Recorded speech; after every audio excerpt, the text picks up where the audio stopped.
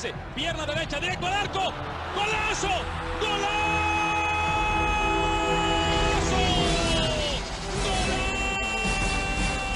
The world of football with a soccer perspective. This is Soccer Today with Duane, Rollins and Kevin Laramee, live on the Sports Podcasting Network. And good day, good night, and welcome to Soccer Today for Monday, September 25th. Duane's on the line as well. As always, Duane, it's getting quite late in the Major League Soccer season. It's the beginning of the Premier League season, so let's just talk a bit about the weekend in the Premier League. And I have to say, I don't miss Costa with Morata. Well, you know, Chelsea had another good performance, obviously, and after that slip-off to start the season, they have, turned it around. Basically, Chelsea and the two Manchester clubs are pretty much the cream of the crop this year so far, I'd have to say. And, Costa were there and willing to play and was eager to play, which he clearly isn't. He wants to go back to Atleti, and I watched Atleti this weekend as well, and I can say that they need him badly. That is a team that still defends very well. They got the win 2-0 against Sevilla, but nonetheless, they're a team that lacks something up front, and Costa might be that answer to them, and they could be dangerous that way. But in terms of Chelsea's performance, hey, what more can you say? They seem to be rolling back to the form that they were in last year. But like I said, those three clubs at the top, until they play each other, and City plays Chelsea in 2 weeks, so that's going to be an interesting one there. Until that happens, so we're really going to have to just sort of guess which of those three is on the best form, because they're all in good form. Top of the table as we speak Monday morning. Manchester City, 16 points, tied on points with United on second, but ahead on goal differential and the goal for, of course. The amount of goals scored by Manchester City this year so far in 6 games is 21. They are above United by 4 and above everybody else in the Premier League by 9. It's quite astonishing, 21 goals scored in 6 games. Well, yeah, and they fell behind 1-0 against Bournemouth and then scored the next 2 goals. And since that time in the Premier League, they beat Liverpool, so they scored 2 goals there. Then they beat Liverpool 5-0.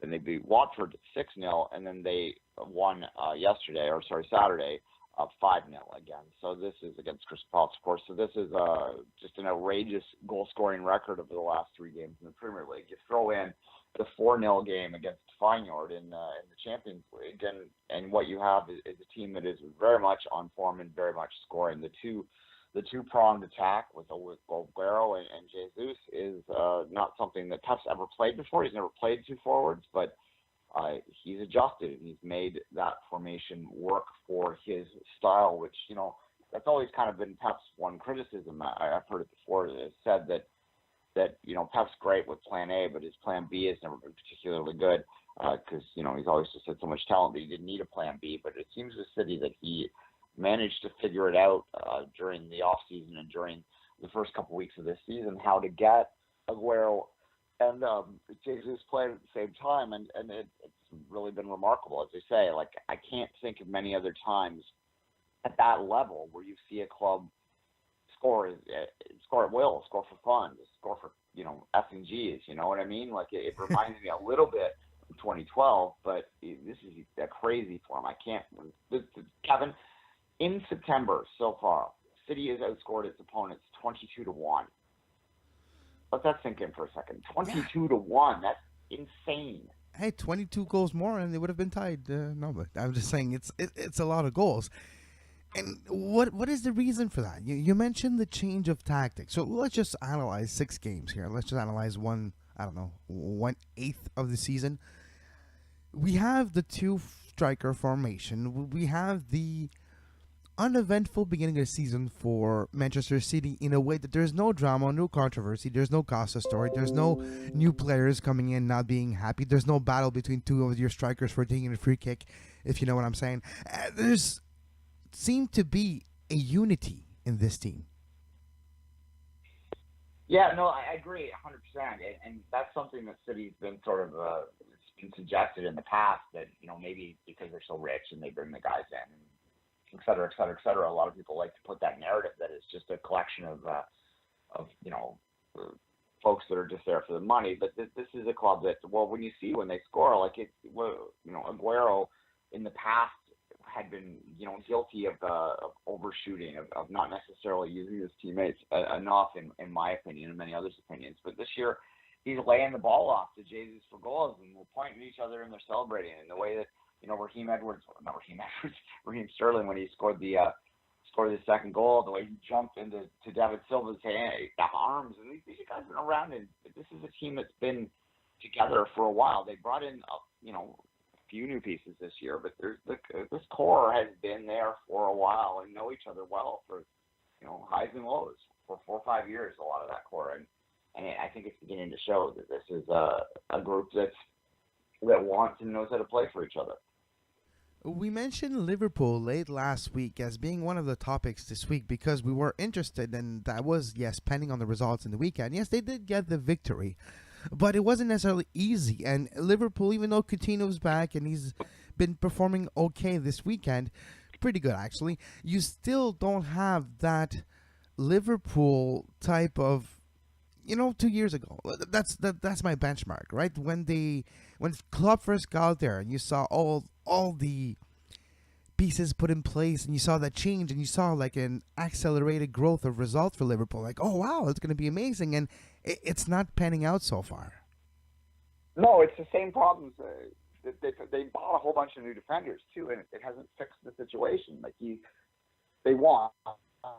They were lucky in the sense that Vardy took a really terrible penalty, I think. Although it was a nice save, you got to give him a little credit for that. But they were lucky to not sort of end up with the draw in the game. What they seemed to be in total control of that. But then the defensive fragility just came back in, and this is, I think, needs to be a talking point if you're a Liverpool fan out there. You have to start asking questions about what Klopp does and what Klopp's style is, and whether or not he's not getting the most out of this club that they're capable of. They have high-end talent, and you saw that the goals that they scored, the goals that they scored against Leicester were high-end, skillful, exciting goals. And if you have that kind of offensive skill, you want to take advantage of it. But again, they're not necessarily. They just can't defend, and it was on full display again. And 5-0 against City. They were found out that day. I don't know. Again, his record is now pretty much the same as Rodgers. And by the time Rodgers was done, there weren't a lot of people that were still arguing for him to stick around. So how much longer will the leash be with Klopp? Because he's dynamic and a personality, and that's all great. But, really, what has he accomplished with Liverpool so far? And, he did well with Dortmund, obviously. Dortmund had, a couple really great seasons under him. They went to a Champions League final. How much of it was Klopp, and how much was it the Dortmund Academy just pushing Klopp's, player pool and giving him players that he could do something with? I don't know. You know what I mean? Well, the talent, yeah. And that's kind of where I was going with that, is that it's Dortmund. The only thing that would be easier to manage would be Bayern, right? Like, there are 2 clubs in Germany, basically, that pretty much dominate that league, and he had one of them, and he managed to take advantage of that high-end talent. But the Premier League is there's much more parity in the Premier League, and you have to, not a case where you can just sort of grind your way out, I'm not trying to, I'm hesitating a little bit here, because obviously he had success there, but at the same time, it's, you have to start to sort of look at it in the entirety now, and wonder, how much of that was, as you say, just a product of the club as opposed to Klopp's management skills. Yeah, but Liverpool still is going to have some Champions League football, and will maybe see, they're 5th right now on the table. So it's not all lost. Only 2 points behind Chelsea, 5 points behind City and United on top of the table. But we're not seeing the progress and maybe the firepower and the defensive mentality needed to bridge that glass ceiling of becoming a top 4, top 3, top 2 teams with the presence of powerhouse teams like the two Manchester teams and Chelsea and even Tottenham to some extent. So it is going to be an interesting battle for Liverpool if they want to be one of those top 4 teams, which was one of their objectives over the last few years, especially with Klopp. You kind of have to be better at the top end. You kind of have to win those games against City and win those games against Arsenals of this Premier League. And so far, it's not the case. Speaking of Arsenal, Duane, 12th in the table right now, 7 points after 5 games. Disappointing doesn't quite cut it. It's a shame right now. Southampton, West Brom, Newcastle, Burnley, Huddersfield, and Watford all above Arsenal. What's going on? Yeah, they're just stale. I mean, there's no other way to put it. And you know what? It's a broken record. It's a meme. It's a trope. It's just kind of a punchline at this point. But Wenger has really lost the plot. There is no doubt that they should have replaced him, that he should have stepped aside. And we said that. I said this a lot last year when the Wenger out stuff was really boiling, was that, you know, he, because of his legacy, and he did great things for that club and was a great manager and really revolutionized how, Premier League teams approach training and management and all that good stuff. And he is a legend, but, sometimes legends need to move on. And I would make the argument that, this is the one thing that I'm going to, sit down, everyone. I'm about to compliment Sir Alex Ferguson. I even called him Sir, which I rarely do. When Ferguson stepped aside, he kind of knew that the game, that was passing him by, but he knew when to step out, right? Like, he understood that there's a shelf life for everything, even a legend, and was able to walk out on top. Obviously, they got that last title for him, and you can argue whether they sold the farm a little too much to do that, but nonetheless, he knew when to step aside. And Wenger, it's a shame. He's going to hang around until he's pushed, and I'm not sure that is deserving of his legacy. But look, I've said it many times before. When you look at the resources Arsenal has, they are probably, to me, they have the biggest potential of any club in the world that is not being met. And I look at that for a few reasons. They're in London. They have a massive stadium. They sell out consistently, but yet they underperform for what they are. Fourth place is not a trophy, and it is not something that Arsenal should be aspiring for. They should be aspiring to titles and cups and everything like that. And, if it wasn't for the FA Cups, would Wenger still be around? Would they not have pushed him out already? I'd have to say no. Well, you see the amount of pressure on the club last year and the fact that he's still there. I would imagine if he hasn't won the FA Cup, he would still probably be there. Yeah, it's I guess if you look at it from they're foreign owned, they're American owned. If you look at the history of the other clubs that are owned by the same gentleman, they tend to prioritize business decisions over playing decisions, and maybe that's what we're seeing here, because Arsenal does make money, and they are a very profitable club. And if you make a Champions League, and this is possibly why it's so important to him and why he expresses it so often, is that could be what the goal has been set out for him. At top 4, because top 4 means Champions League money. And if he doesn't get top 4 consistently over a couple of years, that might be what does cause him to be pushed out the door, because that isn't just losing competitively, it's losing financially as well. Yeah, we'll take a quick break. When we come back, the Canadian Review.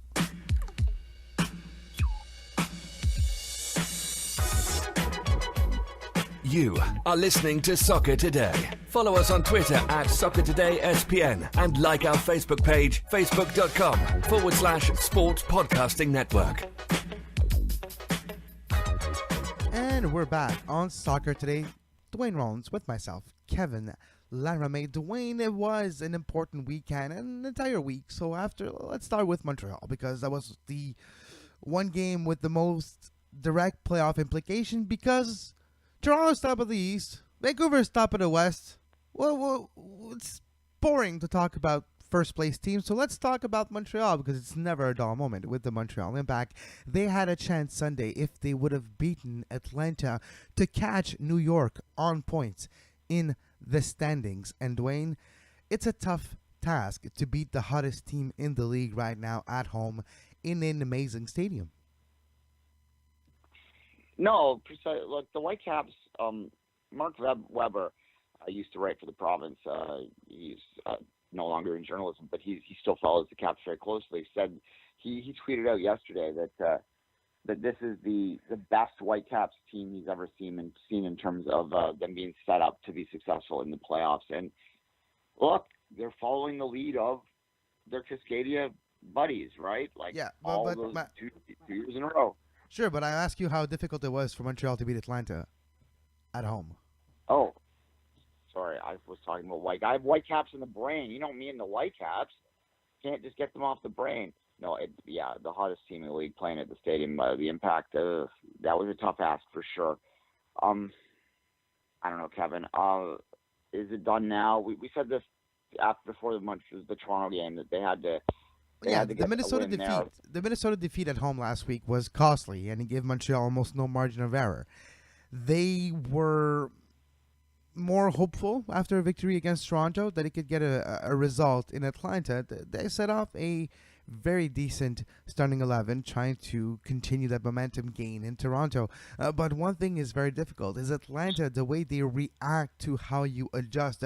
Tata Martino, as a manager, honestly, I think it hasn't been talked enough. We've talked about, Tata Martino comes here, the name, and helps.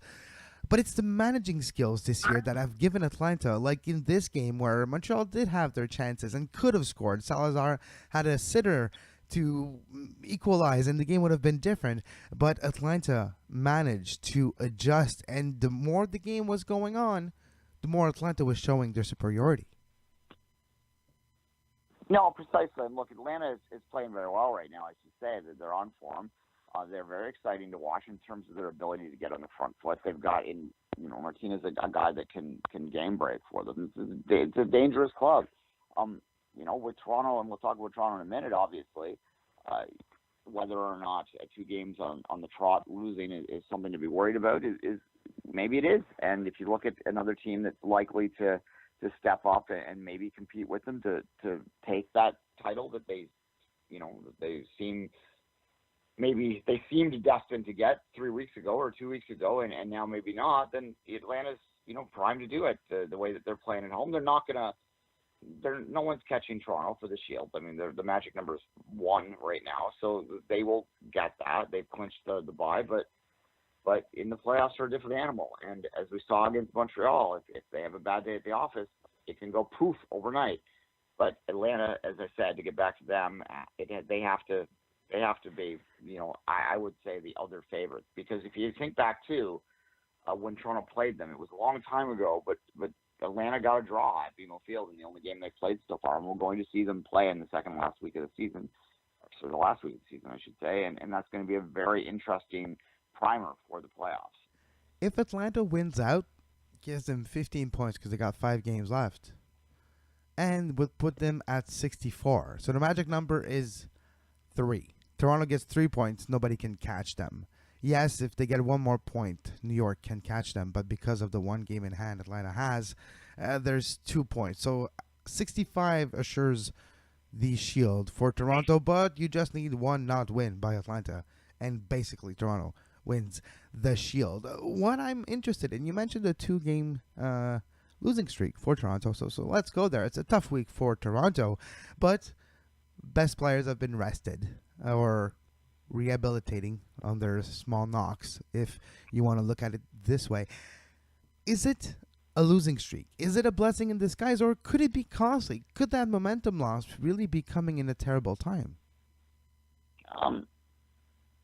Look, New England is a place that they've always struggled at, and that this year as well. New England's taken more points off them than anyone, and as you say, they did rest. There was no way that Josie or Javanko was going to play in that game on that turf. That just wasn't going to happen. So you move on from it. Is it a losing streak? Well, literally it is. Yeah, it's not a very long losing streak, and we consider that they had gone 11 games without losing before the last 2. You have to sort of factor that in and sort of keep everything in perspective. I wouldn't panic, but at the same time, look, what's more important right now if you're a TFC fan?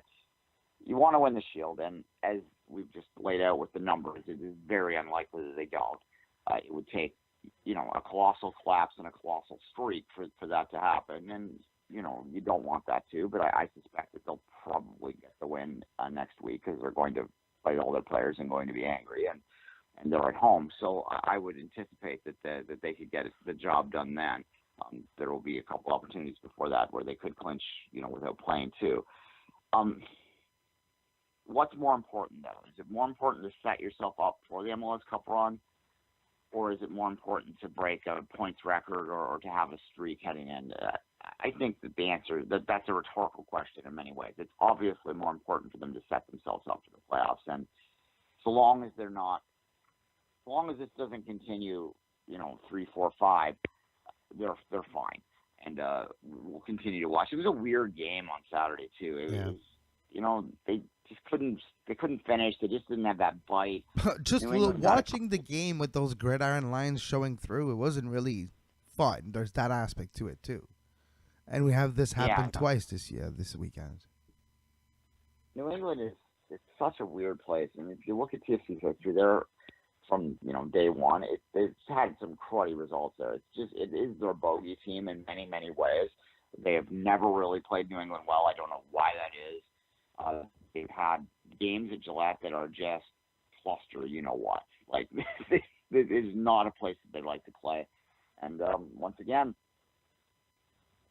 the draw would have been fun. That was actually the frustrating thing about the game. It wasn't necessarily that they didn't get a win, but it was that they had the draw there. They'd scored the goal after they fell behind, and they clawed back, and they couldn't close that out to take the 1 point, because I think had they gotten the draw, a lot of people would have been okay with that. It was like, okay, not ideal. You didn't get the clinch that you wanted, but it was still a point in the road. But to give up a late goal the way that they did was kind of the unfortunate thing.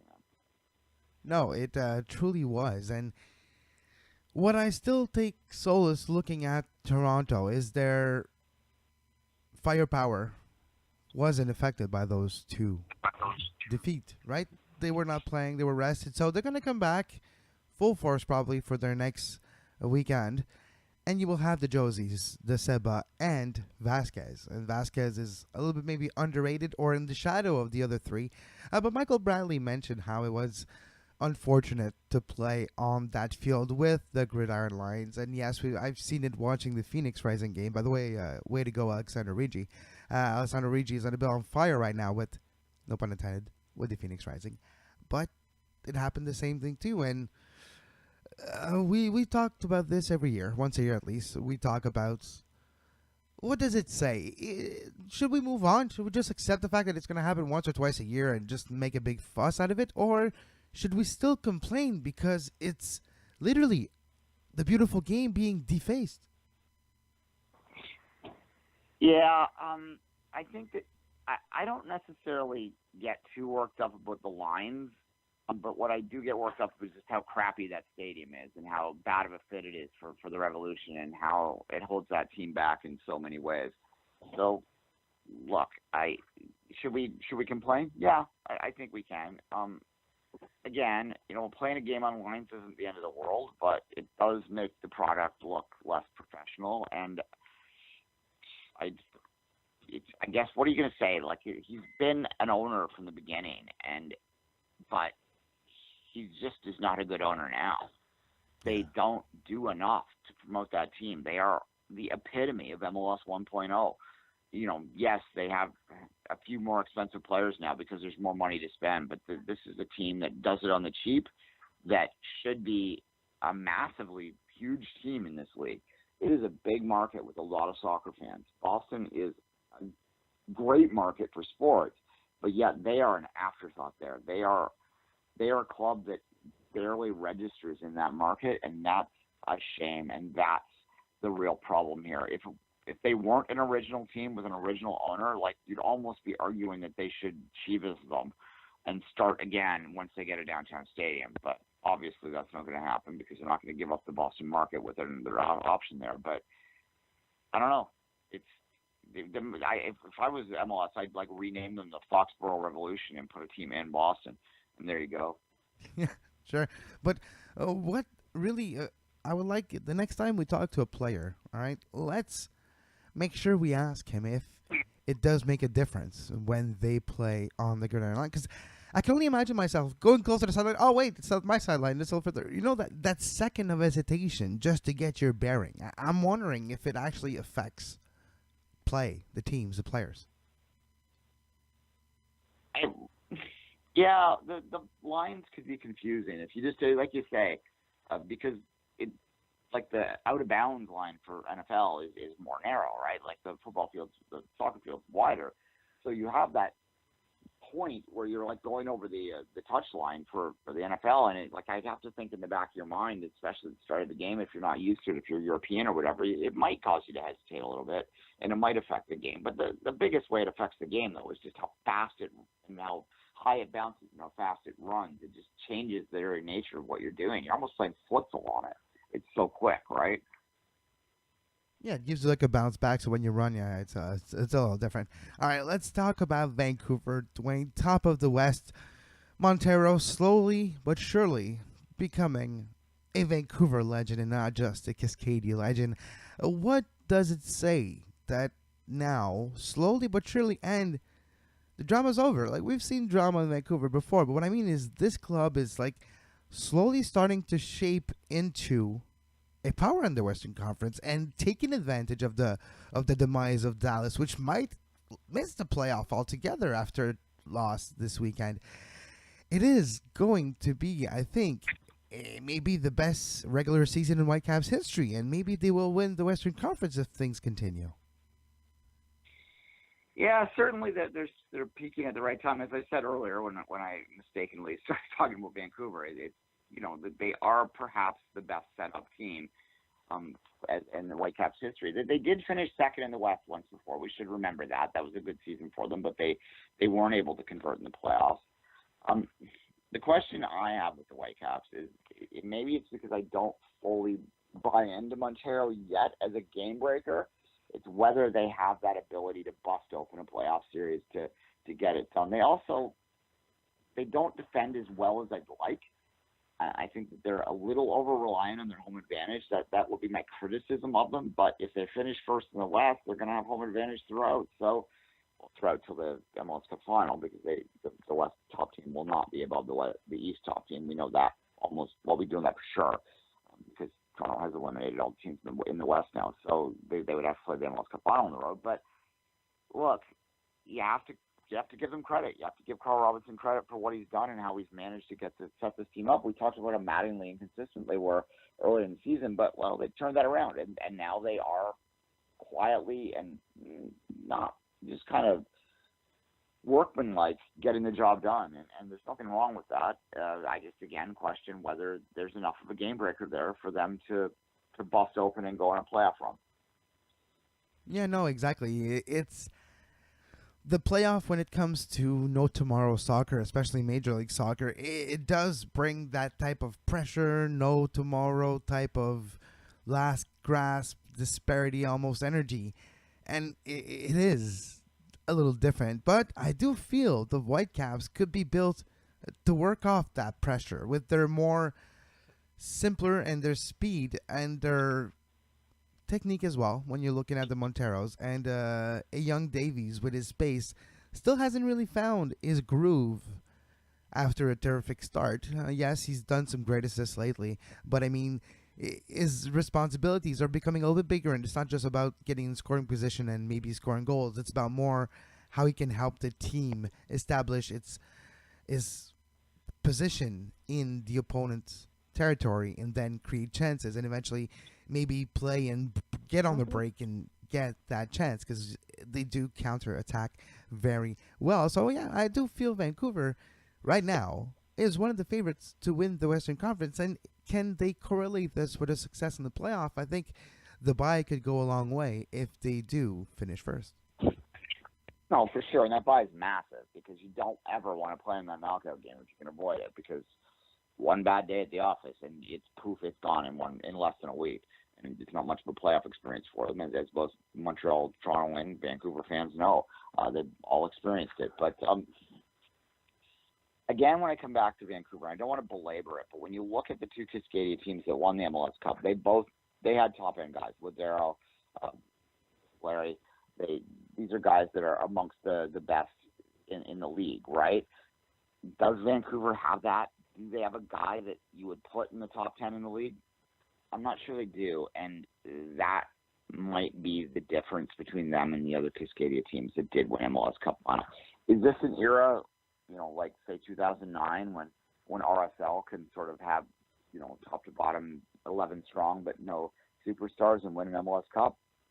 Maybe, but we'll see.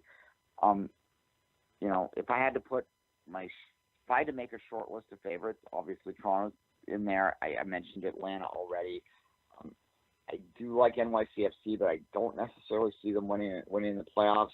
I think Kansas City is the other team that I would put on that short list as title contenders, and Seattle just because of their experience. I just can't, in my mind, work myself up to say Vancouver's on that level is part of that short list of MLS Cup contenders right now. It's possible because it's a strange little league, but it would be a surprise to me. All right. You can follow Duane on Twitter, as always, at 24th Minute, and myself at Kev Laramee. Stay tuned. Tomorrow we're back at 10 a.m. as well to take a closer look at the week in football. As always, the world of football with a soccer perspective. And as always, once again, have a great soccer. You can find the podcast version of all the shows we do on iTunes, Apple Podcast, Google Play Store, TuneIn Radio, iHeartRadio, and anywhere you get your podcast.